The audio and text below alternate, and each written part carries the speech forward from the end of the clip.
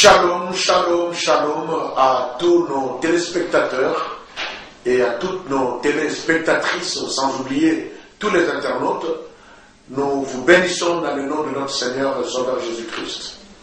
Nous sommes très heureux de nous retrouver encore chez vous, comme qui dirait Kobanis, au travers de notre émission La rencontre de vainqueurs, une émission, n'est-ce pas, produite par J.O.Y. Ministries et présentée par l'homme de Dieu, l'apôtre Théo Goubi, et moi, votre serviteur, l'apôtre Martin Longala.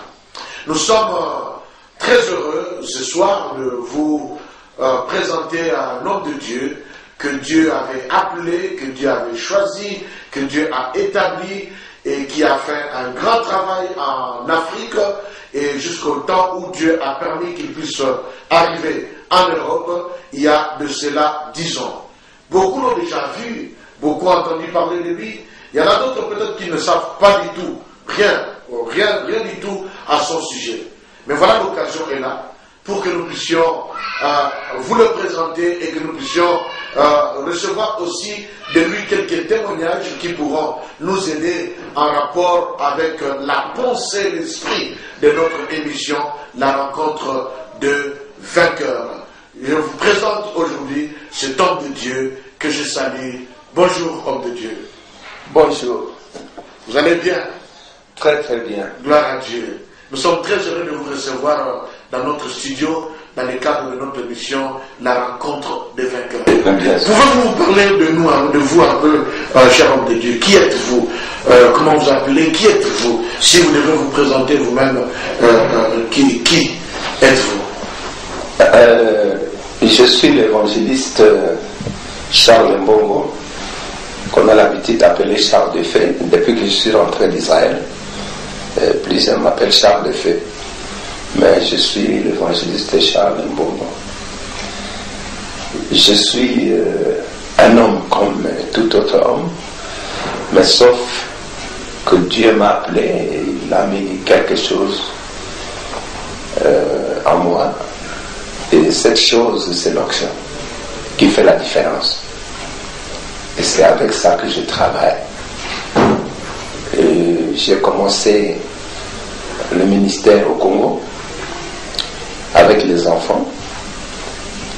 Et au bout de quelques 3 ans, j'ai terminé avec les enfants et les grandes personnes sont venues. Et la première personne qui est venue me féliciter, m'encourager, c'était le bishop Albert Kakenza.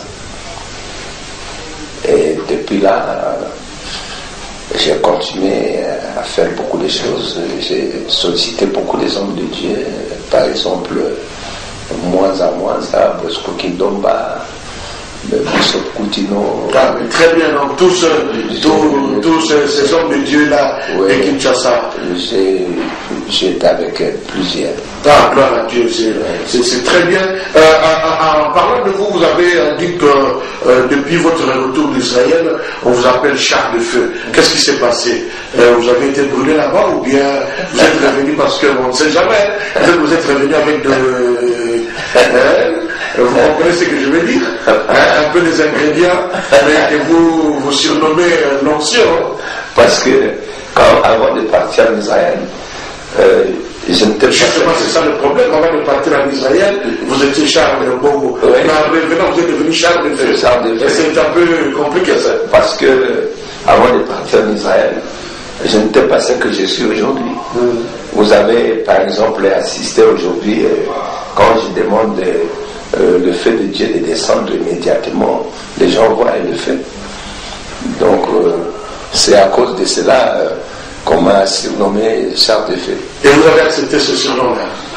J'ai accepté parce que je pense que dans la Bible, il y a aussi le prophète, je pense le prophète Élisée, qu'on appelle aussi Charles de Feu d'Israël.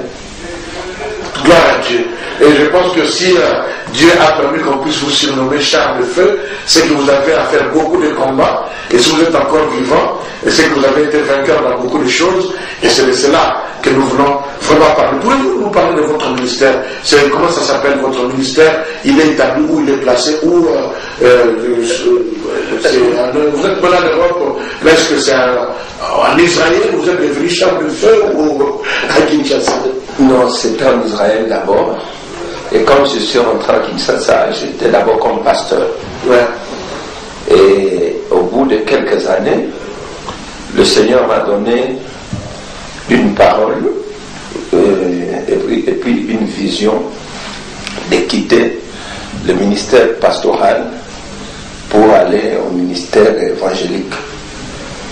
Et c'est la raison pour laquelle j'ai commencé à former le pasteur Eugène, qui est resté actuellement comme pasteur de l'église qu'on appelle la Main de l'Éternel à Kinshasa. Jusqu'à aujourd'hui, c'est lui qui est le pasteur de l'église de la Main de l'Éternel. Mais je suis toujours en tête comme un responsable. Mais lui, il est pasteur. Je l'ai laissé établi comme pasteur. Parce que la vision est claire. Je les ai dit, moi, je ne m'occupe plus de l'église. Je ne suis plus pasteur de l'église. Dieu m'envoie maintenant à travers le monde pour évangéliser. Que les dîmes et les offrandes, vous avez tout abandonné comme ça? Je n'ai jamais pris les dîmes ni les offrandes. Ça, c'est un sujet sur lequel nous reviendrons dans nos prochaines émissions, parce que c'est là que le talk show brûle aussi, hein. C'est là que le bas blesse. Donc, ce sont autant de sujets sur lesquels nous allons revenir dans le cadre de nos émissions. Voilà, nous avons Charles Lefeu qui est responsable du ministère La Main de l'Éternel.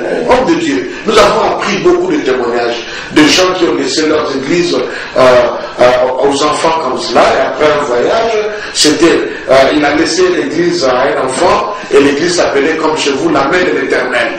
Et après un voyage de 3 mois, 4 mois, 5 mois, 6 mois, et au retour, l'église n'est plus La Main de l'Éternel, c'est vraiment le bras de l'Éternel, mais avec les mêmes chaises, les mêmes personnes. Maintenant, ça fait plus de 10 ans que vous êtes en Europe.